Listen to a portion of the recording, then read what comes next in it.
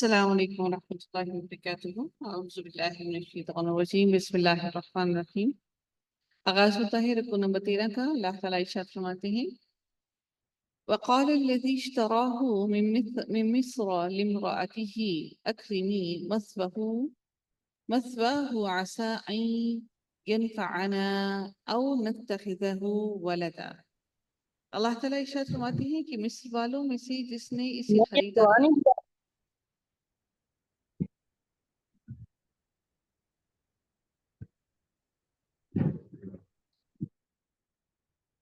اللہ تعالیٰ ارشاد فرماتے ہیں کہ مصر والوں میں سے جس نے اسے خریدا تھا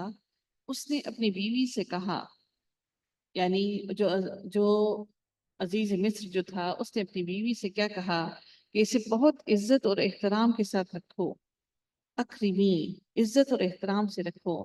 مثواہ عسى ان ينفعنا او نتخذه ولدا، اور بہت ممکن ہے کہ یہ ہمیں فائدہ پہنچائے یا ہم اسے اپنا بیٹا ہی بنا لیں، کیونکہ ان کی اولاد نہیں تھی، اس لیے اس نے کہا کیوں نہ ہم اس کو، یا تو پھر یہ ہمیں بہت فائدہ دے جائے ہو سکتا ہے، اور یا پھر ہم اس کو اپنا بیٹا ہی بنا لیں۔ وَكَذَلِكَ مَكَّنَّا لِيُوسُفَ فِي الْأَرْضِ، اللہ تعالیٰ ارشاد فرماتے ہیں کہ یوں ہم نے مصر کی سرزمین میں یوسف علیہ السلام کا قدم جمایا، یعنی اللہ تعالیٰ نے حضرت یوسف علیہ السلام کو ان ظالم بھائیوں سے نجات دی، جبکہ ان کے بھائیوں نے ان کو کنویں میں پھینکا تھا، اور ان کو نجات دے کر اللہ تعالیٰ نے حضرت یوسف علیہ السلام کے لیے سرزمین مصر میں ان کے لیے ٹھکانہ بنایا۔ تو اللہ تعالیٰ فرماتی ہیں کہ ہم نے ان کے قدم وہاں پر جما دیے تاکہ وَلِنُعَلِّمَهُ مِن تَعْوِيلِ الْأَحَادِيثِ، تاکہ ہم اسے خواب کی تعبیر کا کچھ علم سکھا سکیں۔ من تعویل الاحادیث، جو حضرت یعقوب علیہ السلام نے اپنے بیٹے سے کہا تھا کہ اللہ تعالیٰ آپ کو حکمت اور دانائی کی باتیں بھی سکھائے گا،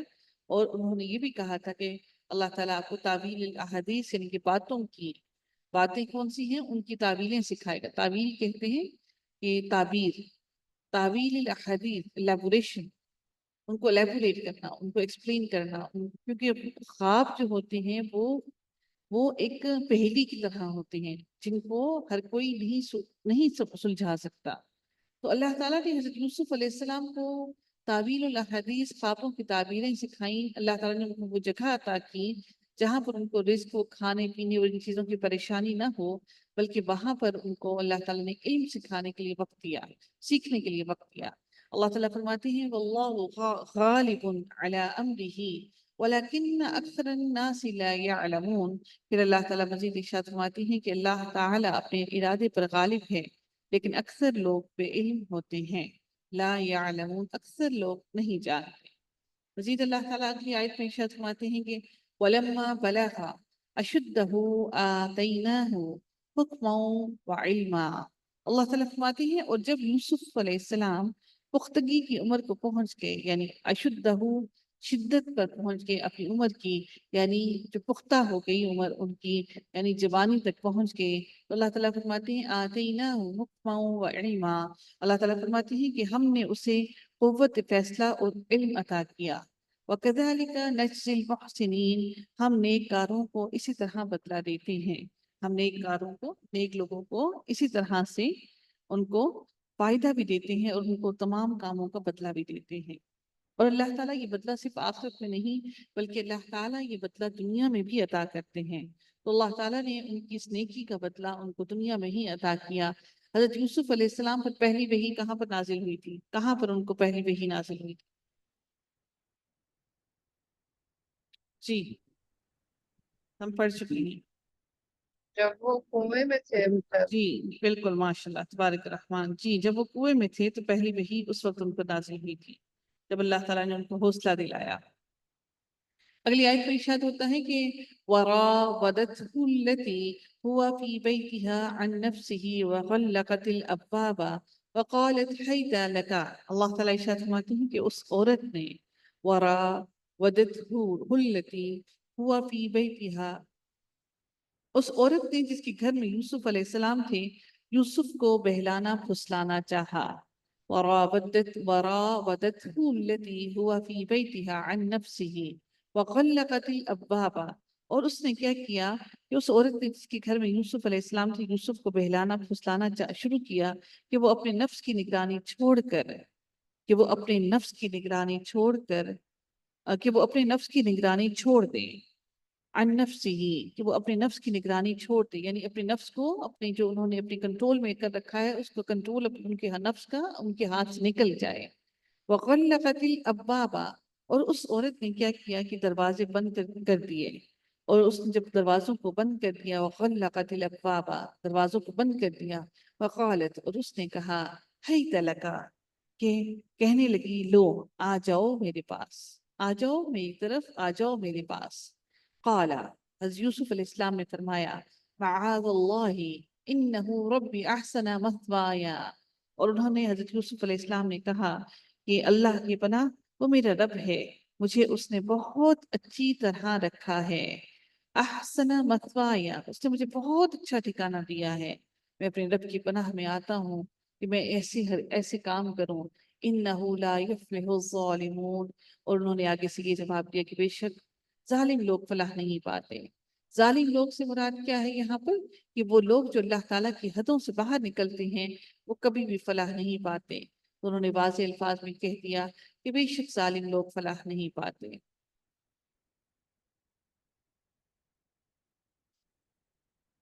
یہاں پر حضرت یوسف علیہ السلام کا دوسرا امتحان شروع ہوا پہلا امتحان وہ تھا جو کنویں میں ڈالے گئے اب دوسرا امتحان یہاں پر یہ تھا کہ اب عزیز مصر کی بیوی جس کو اس کے خامن نے تاکید کی تھی کہ یوسف علیہ السلام کو اکرام اور احترام کے ساتھ رکھے عزت اور احترام کے ساتھ رکھے کاروما کی باب سے اکرام کے ساتھ رکھے وہ حضرت یوسف علیہ السلام کے حسن و جمال پر ایسی فریفتہ ہوئی ایسی وہ اس میں گر گئی کہ اور انہیں دعوت گناہ دینے لگی اور جسے حضرت یوسف علیہ السلام نے ٹھکرا دیا اور اس کی باتوں میں نہیں آئے یہ ہے ایمان اس کا بہترین علامت اور سب سے بڑی بات کہ ایمان کہ اس وقت نفس کا سب سے بڑا کنٹرول کہ انسان اپنے نفس پر کنٹرول کرنا قابو کرنا جبکہ انسان اپنی جوانی کی شدت کو پہنچا ہوا ہو جوانی بالکل اپنے عروج پر ہو اس لمحے اللہ تعالیٰ نے حضرت یوسف علیہ السلام کو آزمایا یہ ان کے لیے سب سے بڑی آزمائش تھی اور اگلی آیت میں اللہ تعالیٰ ارشاد فرماتے ہیں کہ وَلَقَدْ ہمت بِهِ اس عورت نے یوسف کی طرف کا قصد کیا یعنی کہ ان کی طرف بڑھنا چاہا وَهَمَّ بِهَا لَوْلَا أَنْ أَرَّأَى بُرْهَانَ رَبِّهِ اس عورت نے یوسف علیہ السلام کی طرف کا قصد کیا ارادہ کیا آنے کا اور یوسف علیہ السلام اس کا قصد کرتے اگر وہ اپنے پروردگار کی دلیل نہ دیکھتے اگر وہ اپنی پروردگار کی دلیل کو نہ دیکھتے یعنی اگر یوسف علیہ السلام رب کی برہان نہ دیکھتے تو جو قصد کیا تھا کر گزرتے یعنی جو ارادہ اس عورت کا تھا اور جو وہ ارادہ حضرت یوسف علیہ السلام بھی کر لیتے اور کر گزرتے وَهَمَّ بِهَا پہلا جو ہمت ہے ارادہ کیا اس عورت نے وَهَمَّ بِهَا اور ارادہ کیا اس کا اس نے حضرت یوسف علیہ السلام کی بھی بات کی جا رہی ہے اور ان کا بھی ارادہ ہو گیا لولا ان ارآ برہان ربہ تو اللہ تعالیٰ اگلے حصے میں ارشاد فرماتے ہیں کہ اس کا قصد اور یوسف علیہ السلام اس کا قصد کرتے اگر وہ اپنے رب کی دلیل نہ دیکھتے اگر وہ اپنے رب کی برہان کو نہ دیکھتے تو وہ بھی ایسا ہی کر گزرتے جو اس عورت نے کر گزرا ان کا بھی ارادہ ویسا ہی ہو جاتا اور شیطان ان کو بہلا پھسلا لیتا یہ اللہ تعالیٰ کا احسان تھا ان پر بہت بڑا کہ اللہ تعالیٰ نے ان کو ہدایت کا رستہ ان کو دے دیا اور ان کو روک لیا ایسے اس گناہ سے اور اللہ تعالیٰ نے اپنے پیغمبر کی حفاظت کی دیکھیے بے حیائی کے کام سے اللہ تعالیٰ نے حضرت یوسف علیہ السلام کو تمام پیغمبروں کو روک کے رکھا کتنی اہم بات ہے یہ اللہ تعالیٰ مزید ارشاد فرماتے ہیں كَذَلِكَ لِنَصْرِفَ عَنْهُ السُّوءَ وَالْفَحْشَاءَ اللہ تعالیٰ فرماتے ہیں کہ بے شک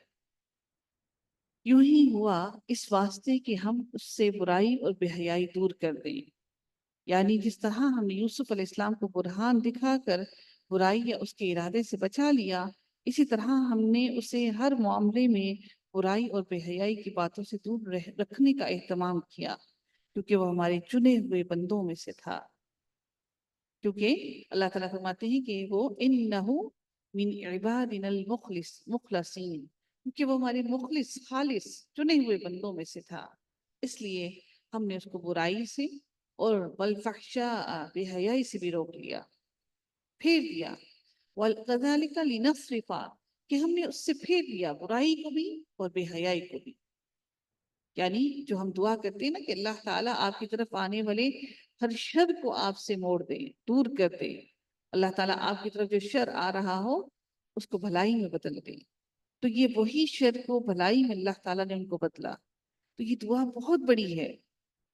اس دعا کا اہتمام کیا کیجئے، دوسروں کو بھی یہ دعا دیجئے اور اپنے لیے بھی یہ دعا کیا کیجئے کہ اللہ ہماری طرف جو شر آ رہا ہے اس شر کو بھلائی میں بدل دیجئے۔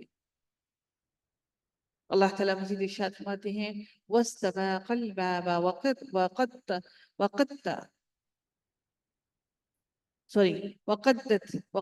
قَمِيصَهُ مِنْ دُبُرٍ وَأَلْفَيَا سَيِّدَهَا لَدَى الْبَابِ۔ اب کیا ہوا؟ دونوں دروازے کی طرف دوڑے، کیونکہ اس نے دروازہ بند کر لیا۔ حضرت یوسف علیہ السلام اپنے آپ کو بچانے کے لیے دوڑے اور وہ عورت لپکی حضرت یوسف علیہ السلام کو پکڑنے کے لیے، دونوں دروازے کی طرف دوڑے۔ جب یوسف علیہ السلام نے دیکھا کہ وہ عورت برائی کا ارتکاب کرنے پر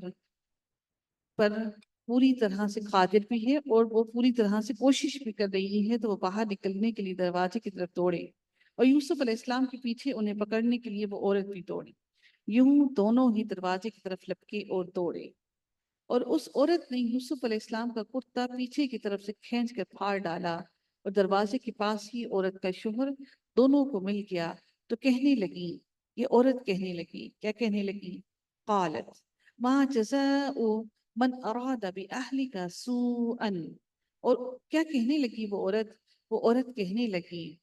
کہ جو شخص تیری بیوی کے ساتھ برا ارادہ کرے بس اس کی سزا یہی ہے کہ اسے قید کر دیا جائے یا کوئی اور دردناک سزا دی جائے۔ الا ان یسجن او عذاب علیم، کہ صرف اس کو قید ہی کر دیا جائے یا اس سے بھی بڑی کوئی سزا دی جا سکتی ہے۔ حضرت یوسف علیہ السلام کو جس قید خانے میں ڈالا گیا وہ بہت ہی گہرائی میں وہ قید خانہ ہے، اور اس گہرائی کے اندر، اس قید خانے کے اندر جانے کے بعد اندھیرا بھی اور گہرائی بھی، اتنی گہرائی کے اندر وہ قید خانہ ہے۔ آپ لوگ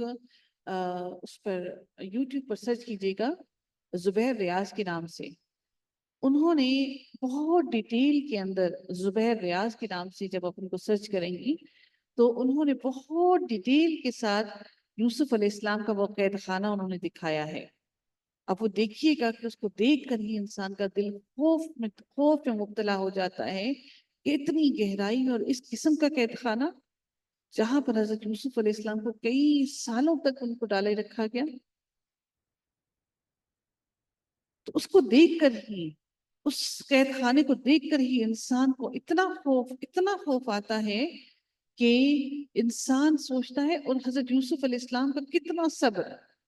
کہ ایک تو کوئی وہ غلطی سرزد ہوئی نہیں اور انہوں نے کوئی واویلا نہیں کیا، انہوں نے کچھ نہیں کہا، اور انہوں نے صرف اور صرف صبر کیا، اللہ تعالیٰ کے فیصلے کے آنے کا انتظار کیا، اللہ تعالیٰ کی حکمتوں کا انتظار کیا۔ ہم سے چھوٹی سی بات ہو جائے، ہماری اپنی بھی غلطی ہو جائے تو تب بھی ہم واویلے مچانا شروع کر دیتے ہیں۔ نبی تھے وہ، لیکن انسان تھے، فرشتہ نہیں تھے۔ تو انسان کے اندر جو فطرت ہوتی ہے نا، وہ ہر انسان میں فطرت موجود ہوتی ہے۔ تو یہ صبر کرنا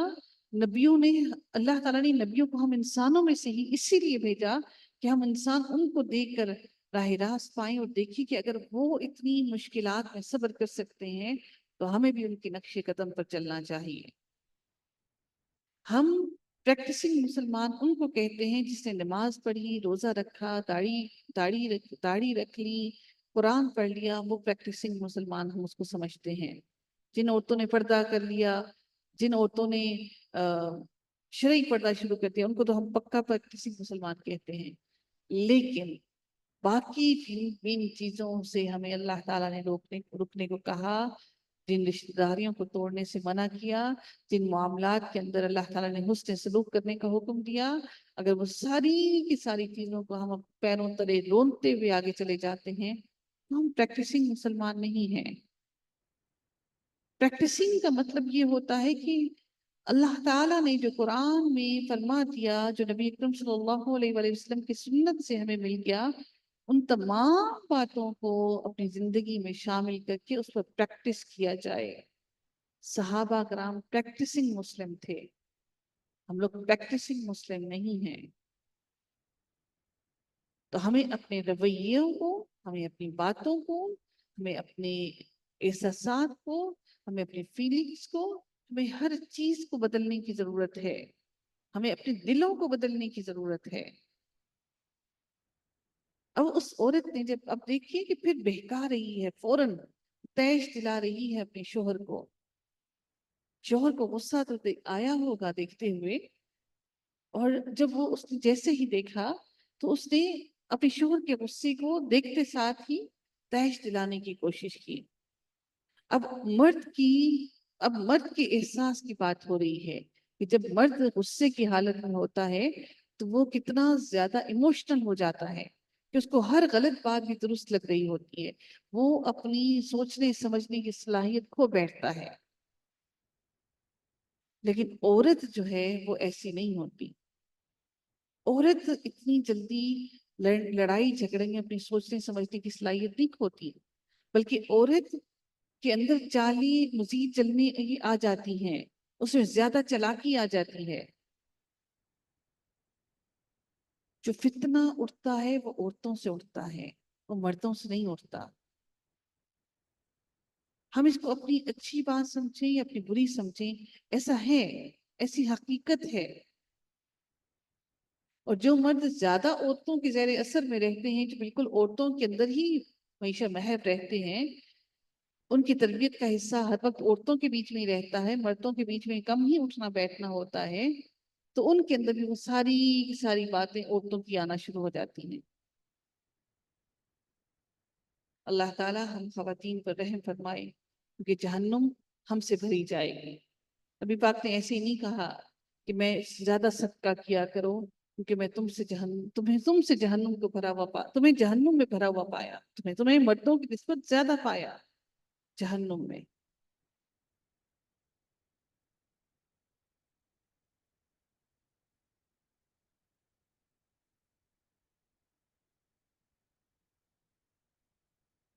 اللہ تعالیٰ مزید ارشاد فرماتے ہیں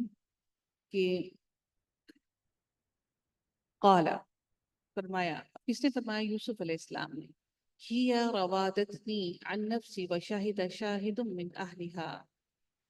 یوسف علیہ السلام نے کہا یہ عورت ہی مجھے بھلا پھسلا رہی تھی۔ اور یوسف علیہ السلام نے جب دیکھا کہ وہ عورت تمام الزام ان پر دھر رہی ہے تو صورتحال واضح کر دی اور کہا کہ مجھے برائی پر مجبور کرنے والی یہی ہے، میں اس سے بچنے کے لیے باہر دروازے کی طرف بھاگتا ہوا آیا ہوں۔ اور اس عورت نے، اور عورت کے قبیلے ہی کے ایک شخص نے گواہی دی، عورت کے قبیلے سے ہی ایک شخص نے گواہی دی کہ اگر اس کا کرتا آگے سے پھٹا ہوا ہو تو عورت سچی ہے اور یوسف علیہ السلام جھوٹ بولنے والوں میں سے ہے۔ ان کان قمیصہ قد من قبل فصدقت، تو سچی ہے یہ عورت، وہو من الکاذبین، اور یہ مرد جھوٹ بول رہا ہے۔ وَإِن كَانَ قَمِيصُهُ قُدَّ مِن دُبُرٍ فَكَذَّبَتْ فَهُوَ مِنَ الصَّادِقِينَ، اور اگر تو اس مرد کی قمیض آگے سے پھٹی ہوئی ہے تو یہ عورت جھوٹ بول رہی ہے اور وہ سچوں میں سے ہے۔ اس نے یہ بات بالکل واضح کر دی کیونکہ وہ سمجھدار اس میں سے تھا۔ تو صحیحین میں 3 شیرخوار بچوں کی بات کرنے کی حدیث میں، جن میں یہ چوتھا نہیں ہے، کا ذکر اس مقام پر کیا جاتا ہے۔ اچھا، فیصلے کو، یہ انہی کے خاندان کا کوئی سمجھدار آدمی تھا جس نے یہ فیصلہ کیا، اور فیصلے کو یہاں شہادت کے لفظ سے تعبیر کیا گیا ہے کیونکہ معاملہ ابھی تحقیق طلب تھا، ابھی تحقیق ہونا باقی تھی۔ اور شیرخوار بچے کی شہادت والی بات مستند روایات سے ثابت نہیں ہے، جو ہم نے بہت جگہ پر پڑھا ہم پڑھتے آئے ہیں کہ وہ جو شیرخوار بچہ تھا وہاں پر موجود تھا پنگوڑے میں، پھر اس سے گواہی لی گئی، لیکن وہ جو شیرخوار بچے کی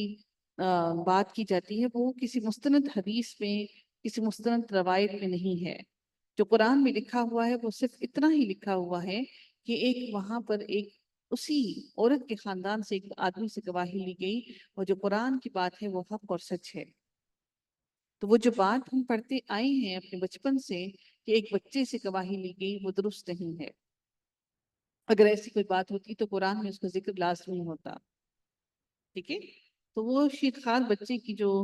بات ہے وہ درست نہیں ہے۔ تو آگے چلتے ہیں، اللہ تعالیٰ آگے ارشاد فرماتے ہیں کہ خامن نے جو دیکھا کہ یوسف علیہ السلام کا کرتا پیٹھ کی جانب سے پھاڑا گیا ہے، جب انہوں نے دیکھا کہ جب ان کا کرتا پیٹھ کی جانب سے پھاڑا گیا ہے تو صاف کہہ دیا کہ یہ تو تم عورتوں کی چال بازی ہے، بے شک تمہاری چال بازی بہت بڑی ہے۔ یہ عزیز مصر کا قول ہے جو اس نے اپنی بیوی کی حرکت دیکھ کر پوری عورتوں کو اس میں شامل کیا۔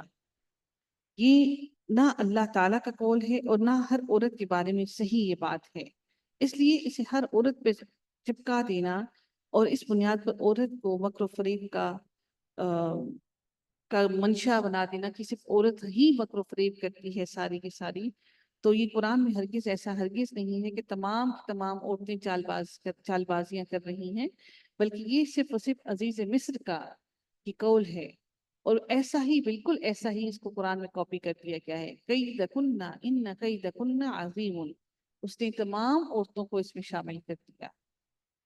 آگے چلتے ہیں، اللہ تعالیٰ ارشاد فرماتے ہیں اگلی آیت کے اندر، یوسف اعرض عن هذا واستغفری لذنبک انک کنت من الخاطئین۔ یوسف علیہ السلام اب اس بات کو آتی جاتی کرو، یوسف علیہ السلام سے کہا گیا کہ یوسف اعرض عن هذا، یوسف اب اس بات کو آتی جاتی کرو، یعنی اس بات کا چرچا نہ ہو، اور اے عورت تو اپنے گناہ سے توبہ کر، بے شک تو گناہ گاروں میں سے ہے۔ جس طرح خوشبو کو پردوں سے چھپایا نہیں جا سکتا، اسی طرح سے یہ بات کو چھپانا بہت مشکل ہو گیا۔ تاہم عزیز مصر نے حضرت یوسف علیہ السلام کو اسے نظر انداز کرنے کی تلقین کی، اور یقیناً آپ کی زبان مبارک پر اس کا کبھی ذکر بھی نہیں آیا ہوگا، اس کے باوجود یہ واقعہ جنگل کی آگ کی طرح پھیل گیا، اور اور اور جو مصر کی عورتیں تھیں اس کا چرچا عام کرنے لگیں، اور عورتیں تعجب کرنے لگیں کہ عشق کرنا ہی تھا تو کسی حسن و جمال کے پیکر سے کرتی جو بہت حسین ہوتا، بہت ہی حسین ترین آدمی سے کرتی، تو یہ کیا اپنے ہی غلام پر یہ جو عورت ہے وہ فریفتہ ہو گئی؟ یہ تو بہت بڑی ایک نادانی سی بات ہے۔ بہرحال حضرت یوسف علیہ السلام کو عزیز مصر نے کہا کہ اس بات کو یہیں پر ختم کیجیے۔ عارض، یہ جو بات ہے یہ آیت یوسف عارض عن هذا، یہ عزیز مصر نے حضرت یوسف علیہ السلام کو کہا کہ اس بات کو دفع کیجیے، اور واستغفری لذنبک، اور اس نے اپنی بیوی سے کہا کہ تو اپنے گناہ کے لیے اللہ سے معافی مانگ، انکی کنتی من الخاطئین، بے شک تو ہی خطا کار ہے۔ وآخر دعوانا ان الحمد لله رب العالمين، صلی اللہ تعالی علی خیرہ خلقہ اجمعین، برحمتک یا ارحم الراحمین۔